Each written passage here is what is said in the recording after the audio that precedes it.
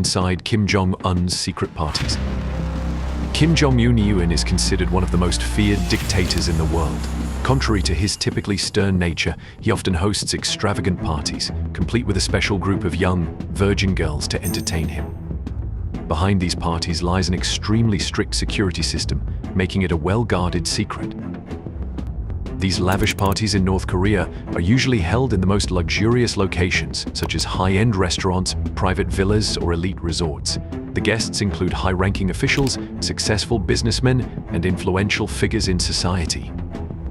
These gatherings are filled with political discussions and astonishing schemes that shape the fate of the entire world. Let's delve into the secret and opulent parties of Kim Jong Un. Kim Jong Un, the dictator and president of the Democratic People's Republic of Korea, organizes many secret parties, which take place year after year in exclusive and luxurious venues. These events represent the epitome of luxury and secrecy, hidden beneath the streets of Pyongyang, North Korea's capital, accessible only to a select few.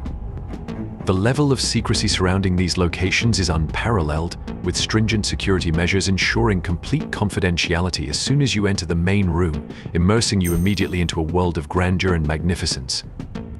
The venues for Kim Jong Un's parties are equipped with modern facilities comparable to the most luxurious establishments worldwide. Inside the villas, the grand halls are ornately decorated like palaces. The floors are made of gleaming marble, reflecting the light from sparkling crystal chandeliers. Elegant wooden furniture, covered with pristine white lace tablecloths, is arranged tastefully. Unique artworks adorn the walls, adding to the opulent atmosphere. The central ballroom, adorned with glittering chandeliers, the finest carpets, and intricate decorations, is where guests gather to celebrate. Private rooms are available for the most esteemed attendees, offering them a secluded and exclusive space to relax and enjoy North Korean luxury. The dining room, laden with food, allows guests to indulge to their heart's content. These parties are extravagantly arranged with comfortable seating, elegant decor, and all the amenities one could desire, with meticulous attention to detail ensuring that every guest feels like royalty. Consider a particularly unique aspect: the pleasure squad, a group of girls appearing at these parties to entertain the guests. It is rumored that Kim Jong Un himself also participates in these lavish parties alongside high-ranking officials of South Korean society. The relationship between Kim Jong Un's secret parties and the pleasure squad is complex, filled with rumors and speculation. However, some sources and testimony suggest a possible connection. It is believed that some members of the pleasure squad might be invited to these secret parties to entertain high-ranking party officials, including Kim Jong Un. This could be part of their duties, granting them certain privileges within the North Korean hierarchy. However, let's delve into something more certain: the criteria for selecting members of the pleasure squad in the oppressive North Korean regime. For decades, a sinister practice has involved recruiting and exploiting young girls for the pleasure of the country's elite. These girls, known as the pleasure squad, are taken from society and forced into a life of servitude, their sole purpose being to satisfy their leaders' desires. The origins of the pleasure squad can be traced back to the reign of Kim Jong-il, the father of the current leader Kim Jong-un. The former leader believed that having sex with young girls would grant him immortality, though he died from a severe heart attack in 2011 at age 70. Over time, each leader has tailored the squad to their preferences, with Kim Jong-un favoring slender women who look like Western. What do you think about this criterion? Please share your thoughts below. This squad is both troubling and meticulous. Soldiers, often carefully selected by high-ranking officials, are tasked with choosing young girls for this role. These soldiers sometimes enter school classrooms to scout potential candidates. According to sources, Kim Jong-un annually selects 25 virgin girls from high-ranking officials for this dubious honor. Once chosen, the girls undergo a series of tests and evaluations, with their family and medical history scrutinized and regular checks to ensure their virginity remains intact. North Korean leaders highly value these girls' purity, believing their innocence enhances the pleasure of their service. The chosen girls are then taken away from their families, who are unaware of their whereabouts. They are told their daughters are participating in important government projects, but the reality is far more sinister. Once captured, the girls are cut off from their loved ones, never to see or speak to them again. They become prisoners of the regime, trapped in a world of secrecy and exploitation, undergoing training and conditioning for pleasure. The members of the pleasure squad are rigorously trained to serve their leaders with utmost obedience, fulfilling every desire. Some girls are sent to Hong Kong for advanced massage training, learning the art of sensual touch, while others are sent elsewhere to learn professional singing and dancing, their talents used for entertainment. Nextly, the girls must meet specific physical standards such as being under 160 cm tall, free from scars or blemishes, and possessing a gentle, feminine voice. Above all, virginity is mandatory. The leaders believe that these girls' purity enhances their pleasure and ensures their loyalty. The pleasure squad operates within North Korea's walls, hidden from the world's prying eyes. This operation is so secretive that only defectors know of its existence. Some individuals have fled to China or South Korea, risking their lives to expose the dark and twisted reality of the pleasure squad. Once chosen and trained, the girls are thrust into a world of unimaginable slavery and exploitation. The pleasure squad is divided into 3 specialized groups, each with its role in the intricate parties held to serve North Korea's elite. The first group is responsible for providing sexual services. These girls are expected to fulfill the leader's desires, engaging in intimate acts, their bodies used to satisfy those in power, with no autonomy over their bodies, which are treated as commodities. The second group of the pleasure squad is tasked with massages. These girls are trained in the art of sensory touch, using their hands to relieve the stress and tension of the elite, expected to provide not only physical but also emotional relief, extending their role beyond mere physical pleasure. The third group is responsible for singing and dancing, often performing semi-nude to entertain the guests. They are trained to captivate the audience with seductive movements and performances. The atmosphere of these parties is one of decadence and excess, with the girls objectified and exploited for the pleasure of the attendees. These lavish events are held in Kim Jong Un's official residences in Pyongyang. These exclusive gatherings are reserved for a select few, with only 40 out of Kim's 200 associates chosen to attend parties that can last until the early morning, fueled by alcohol, sex, and lavish food. The activities at these parties are a blend of indulgence and debauchery, including feasting and dancing. This is common, but events often take a darker turn with games where the losers are forced to strip off their clothes, regardless of their gender. The atmosphere is one of coercion and humiliation, with participants pushed to their limits in the pursuit of pleasure. A particularly disturbing game involves body shaving if the participants are drunk. They would engage in a hair-shaving game where men shave a portion of hair from their heads while groaning, and women shave their pubic hair. These games serve as a means of control and domination, reinforcing power dynamics within the party. These gatherings are a testament to the depravity and disregard for human dignity that exist within North Korea's elite, as the pleasure squad girls have endured these parties for years, their lives consumed by the leader's demands. They are trapped in a cycle of exploitation and abuse, their bodies and minds scarred by the experiences they are forced to endure. How do you feel about these brutal parties? Leave your thoughts below. The pleasure squad exposes the depths of depravity and cruelty existing at the highest levels of North Korean society, serving as a stark reminder of the lengths some leaders will go to satisfy their desires, regardless of the human cost. In addition, one of the most intriguing aspects of these unique parties is the presence of a secret casino hidden in a discreet corner of the venue. The casino offers an exhilarating escape for those wishing to try their luck, with the lively atmosphere enhanced by the sounds of shuffling cards and clinking chips, adding to the excitement of the night. Overall, the casino at the party is one of the strangest gambling establishments in the world, as the gambling industry in North Korea is not encouraged, and the general populace usually holds a negative attitude towards gambling. However, Kim Jong Un's master casino remains one of the few places in the country where gambling is available, specifically catering to the elite of society. In this country, there are only 2 official casinos, with the one in Pyongyang represented by a single establishment under the ownership of Kim Jong Un. It is located in the Yanggakdo Hotel, one of the largest hotels in the city, and occupies several floors, offering a variety of games such as poker, blackjack, roulette, and slot machines. Strict adherence to rules and regulations is the norm at Kim Jong Un's master casino. Visitors must present their passports and undergo a registration process before they can start playing. Conduct within the casino is also closely monitored, and any violations can lead to severe consequences. Notably, outside of private party hours, Kim Jong Un's casino mainly targets foreign visitors such as business tourists or foreign diplomats. Local people may be restricted or even banned from accessing the casino under North Korean law. The gambling establishment not only offers gambling activities but also various entertainment events, restaurants, and bars. The guest list for these secret parties is highly exclusive and carefully curated, including only senior officials of North Korea. The elite granted access to these venues include high-ranking government officials, military leaders, and influential figures who hold significant positions in the Workers' Party of Korea and play crucial roles in shaping North Korea's political landscape. Rumors have circulated that foreign dignitaries and even celebrities have attended these secret parties, although concrete evidence is scarce. What do you think about the casino in North Korea and the guests at the party? Share your thoughts below. The intrigues surrounding these events have piqued the curiosity of individuals worldwide, yet gaining access to these parties remains extremely elusive for most due to the high level of secrecy surrounding Kim Jong Un. The North Korean regime makes every effort to ensure that details of these parties remain hidden from the outside world, with the venue guarded 24/7 by strict security measures to prevent any unauthorized access or information leaks. Furthermore, guests must swear an oath of secrecy, and the consequences of violating this trust are severe.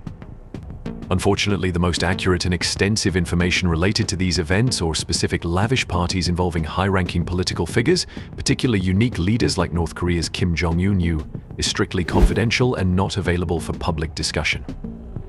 Such events are typically conducted according to protocol and security requirements established by security agencies. These individuals are chosen from Kim Jong Un's security team and other specially trained personnel, and they are highly reliable. Security staff working at these events are usually highly trained and have extensive experience in ensuring security under such conditions. Overall, these events are organized to ensure the safety and security of participants, minimizing risks and ensuring a smooth and safe occurrence. Given the lack of complete information, it can be confidently assumed that protecting both the guests' information and their physical well-being is entirely safe and in order. When gathering in North Korea, they enjoy luxury and experience the pleasures of life, where the boundaries of reality are blurred, allowing guests to escape the constraints of their daily lives. At this moment, focus our attention on the luxurious entertainment space and enchanting atmosphere, as these exclusive events are prepared to mesmerize with grandeur and spectacle at the famous secret parties featuring world-class performances that leave guests in awe. The stage comes alive with a variety of talents, including musicians, dancers, and acrobats showcasing their skills with precision and artistry. These performers are carefully selected from the finest talent groups both in North Korea and from around the world. The symphonies of contemporary melodies, carefully curated to cater to the diverse tastes of the guests, resonate throughout the room, creating a vivid experience that transports attendees to another world. Dancers grace the stage with their graceful movements and intricate choreography, presenting a visual spectacle. The performances blend traditional Korean dance with modern interpretations. The precision and synchronization of the dancers captivate the audience, enchanting them with the sheer beauty and elegance of the performers' movements. One of the bands that performs here is the Moranbong Band, officially formed with 5 members in July 2012 under the rigorous selection of Kim Jong Un himself. The group's name is derived from Moranbong District, a historic area in Pyongyang. It is believed to be the site where the late leader Kim Il-sung delivered a speech upon returning from the Soviet Union. From their first performance, the Moranbong Band left a deep impression on the audience and became a focal point of public attention. Departing from the traditional, conservative attire usually seen, these beautiful and graceful girls surprised audiences by appearing on stage in off-shoulder evening gowns, performing Disney covers while dancing with animated characters like Mickey Mouse, Minnie Mouse, and Winnie the Pooh. Additionally, the Moranbong members often wear very youthful, modern short dresses and high heels in their music programs, drawing comparisons to famous South Korean female idols.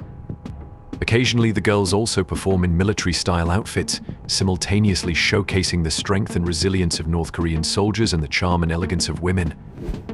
The girls of Moranbong are not just singers and dancers. All members are capable of playing various instruments, such as synthesizers, guitars, and string instruments. Besides the usual songs praising the country and its supreme leaders, the group also performs international hits like Frank Sinatra's My Way and the theme song from the movie Rocky. Many people note that the group's music carries a pop and rock influence reminiscent of the 1980s. Currently, Moranbong has nearly 20 members, all reportedly holding high positions in the military. The group has several relatively popular songs in the country, including Let's Learn, Our Dear Leader, and Do Prosper, Era of the Workers' Party. They also perform at Kim Jong Un's lavish parties. What do you think of this musical group? Let me know your thoughts below. Additionally, the atmosphere at these secret parties is extraordinary, with the venue lavishly decorated, from glittering chandeliers to golden accents that catch and emit a warm light for the festivities. Guests wear their finest attire, enhancing the sophisticated and glamorous ambience. The finest cuisine and beverages money can buy are laid out on tables adorned with a plethora of delicacies, from exquisite seafood to tempting desserts. The culinary offerings attest to the event's luxury, providing guests with a taste of the high life while maintaining an entertaining and elegant environment. These secret parties hold deeper significance as they serve as the foundation for important political discussions and negotiations that shape North Korea's future behind closed doors. Influential figures engage in dialogues with far-reaching consequences for the country's policies and international relations. Guests holding key positions in the Workers' Party of Korea have the opportunity to influence the nation's political landscape, making these secret parties a nexus of power where alliances are formed and agendas are advanced. The discussions and decisions made at these parties have a ripple effect, impacting both domestic and foreign policies and ultimately affecting the lives of the people. Kim Jong Un's secret parties are not just lavish events of entertainment and luxury, but also gatherings of the elite where critical political discussions occur, shaping North Korea's future. The entertainment and atmosphere at these parties create a remarkable experience for guests, leaving them in awe of the talent and grandeur on display. These secret parties are more than mere assemblies of opulence and indulgence. They hold significant political implications behind closed doors. These meetings serve as a platform for discussing important political issues and strategies, including economic reforms, international relations, military strategies, and domestic policies. However, obtaining direct confirmation of these discussions is challenging due to the secrecy surrounding these gatherings. The attendance or absence at these parties can affect North Korea's relations with other countries. For instance, an invitation to such an event can be seen as an effort to improve relations with a specific nation, whereas refusal to attend or absence from such events could be interpreted as a political statement or even an act of diplomatic isolation. And to organize such events is not without risks, especially in the context of international diplomacy and political intrigue. The secrecy surrounding these gatherings can lead to rumors and speculation, thereby exacerbating tensions in international relations. What do you think about this? Share your thoughts below. Unfortunately, identifying these parties and accessing information about them may remain elusive for many years. Let's analyze how an individual can be publicly accused by multiple nations of such outrageous and horrific behavior, yet remain free, and why the global community turns a blind eye. This is simply because the president of North Korea, from a young age, has been aware of his power and influence both domestically and globally. When the world mourned the passing of his father, Kim Jong Il, who fell ill in December 2011, all eyes turned to the young and charismatic Kim Jong Un, with his chubby cheeks and seemingly innocent demeanor. At that time, it was hard to believe that he would hold such power behind that exterior. However, he soon showed the world his determination to assert his dominance, continuing the oppressive legacy of his predecessors. Born on January 8, 1982, amidst the glittering skyscrapers of Pyongyang, Kim Jong Un emerged as the third generation of the illustrious Kim dynasty, the grandson of the revered Kim Il-sung. It was clear that Kim Jong Un was destined for a life of luxury and power, meticulously groomed to inherit the mantle of leadership. His formative years were shaped by a lavish education and sophistication under the guise of a false identity, as he was sent to the wholesome lands of Switzerland, where he learned to speak English, German, and French. According to reports first published in Japanese newspapers, he attended school in Switzerland near Bern. Early reports claimed he attended an English-language international private school in Gumlingen under the name Cole Park or Park Kok Cole from 1993 to 1998. Kim was described as a good student, shy, social with his classmates, and a basketball fan. He was always accompanied by an older student, believed to be his bodyguard. This temporary immersion in luxury gave him an international perspective, an invaluable asset for a future ruler. Upon returning to the secretive land of North Korea, Kim Jong Un obtained 2 degrees, one in physics from Kim Il-sung University and another as an army officer from Kim Il-sung Military University. He exhibited his multifaceted ambitions from the start of his reign. After his father's death, Kim Jong Un was hailed as the great successor to the revolutionary cause of Juche, an outstanding leader of the party, army, and people, and a respected comrade identical to Supreme Commander Kim Jong-il. He was made chairman of the funeral committee for Kim Jong Il. The Korean Central News Agency described Kim Jong Un as a great person born of heaven, a propaganda term previously reserved for his father and grandfather. Upon assuming power, he cultivated an approachable and empathetic persona. His ubiquitous image displayed on billboards and public buildings served as a constant reminder of his esteemed status. While Kim indulges in extravagant spending on luxury items, his people suffer extreme poverty. New data, according to the UK's Mirror, indicates that Kim Jong Un spent PS 122,000 on provocative women's lingerie within a year, despite widespread poverty among his people. Trade records from 2022 reveal a series of lavish purchases by the regime, including the lingerie, reportedly intended for the wardrobes of a select few privileged individuals in the country, and the pleasure squad. Additionally, the regime allocated an astonishing PS 2,675,000 for spirits and liqueurs, primarily imported from China, emphasizing their preference for luxury goods. Furthermore, North Koreans were supplied with PS 12.6 million worth of tobacco products, including cigars, cigarettes, and cigarillos, highlighting the stark contrast between the elite's indulgences and the people's hardships. What do you think about this wastefulness? Share your thoughts below. These events depict the dictator's lavish lifestyle, aiming to solidify his political influence and power through extravagant and secretive gatherings. These secret parties not only display wealth and luxury among the elite, but also serve to control and maintain loyalty. Participation in these parties becomes a privilege reserved for a select few, creating an exclusive circle of loyal supporters. This opulence starkly contrasts with the daily struggle of ordinary citizens who survive on meager wages as low as PS 4.40 a day. North Korea's trade data highlights the significant disparity between the elite's wealth and the general populace's deprivation. While imports of luxury items like chocolate and alcohol soar, essential items like food and hygiene products see minimal spending. Despite international sanctions, trade figures show the regime's reliance on external sources to sustain their lavish lifestyle. So we have explored Kim Jong Un's secret parties. What are your thoughts on these events, or would you like to attend one? Remember to comment below. Thank you for watching our video. Don't forget to like, share, and subscribe to stay updated with our latest videos. See you in the next videos.